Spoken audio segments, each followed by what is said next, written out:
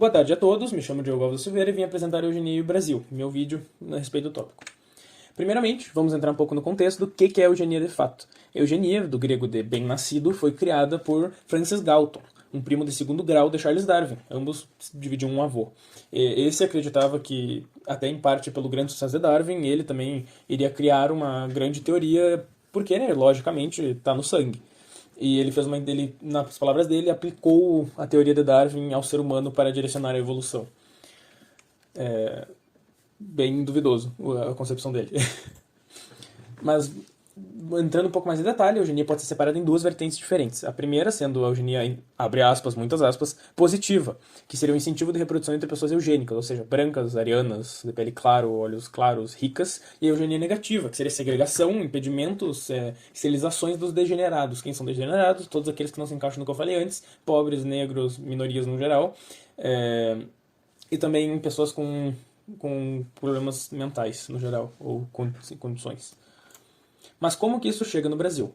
Bom, as raízes da eugenia no Brasil vêm principalmente na parte do período em que o Brasil estava tentando fazer para si uma identidade própria.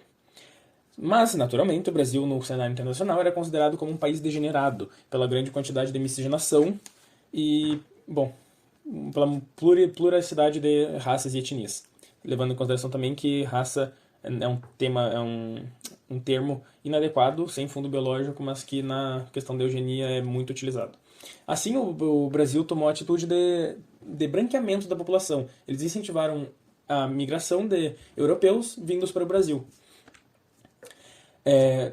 No caso, primeira reunião universal das raças, que era uma convenção para organizar a paz com uma perspectiva nisso, foi-se levado José Batista Lacerda como representante. Este que apresentou diagramas que representariam um branqueamento da população, uma quase extinção de todas as populações negras e indígenas até 2011 ou 12.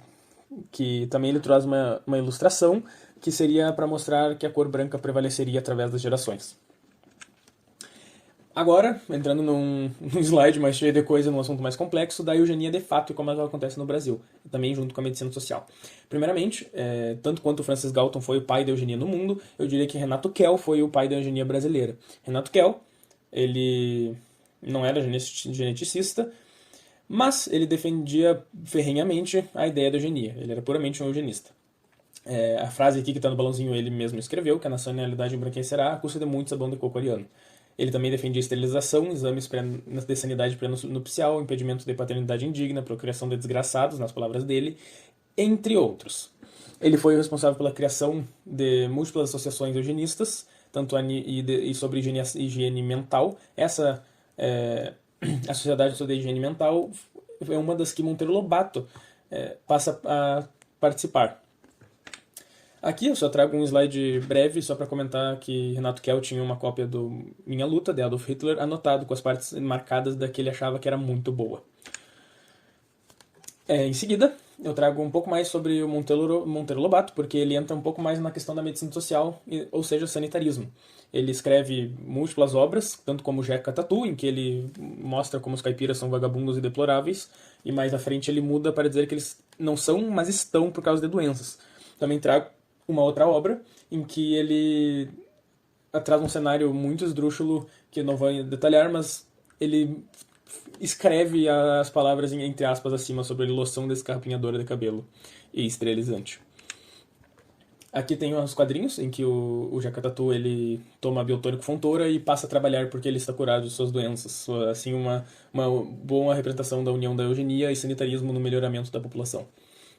Mas o que levou a esse declínio da eugenia?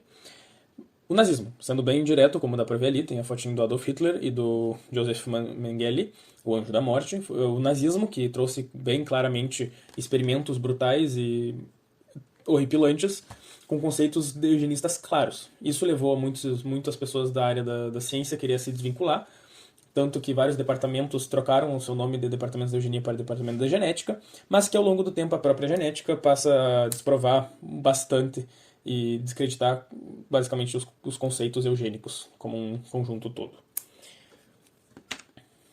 E hoje em dia, como é que a eugenia aparece?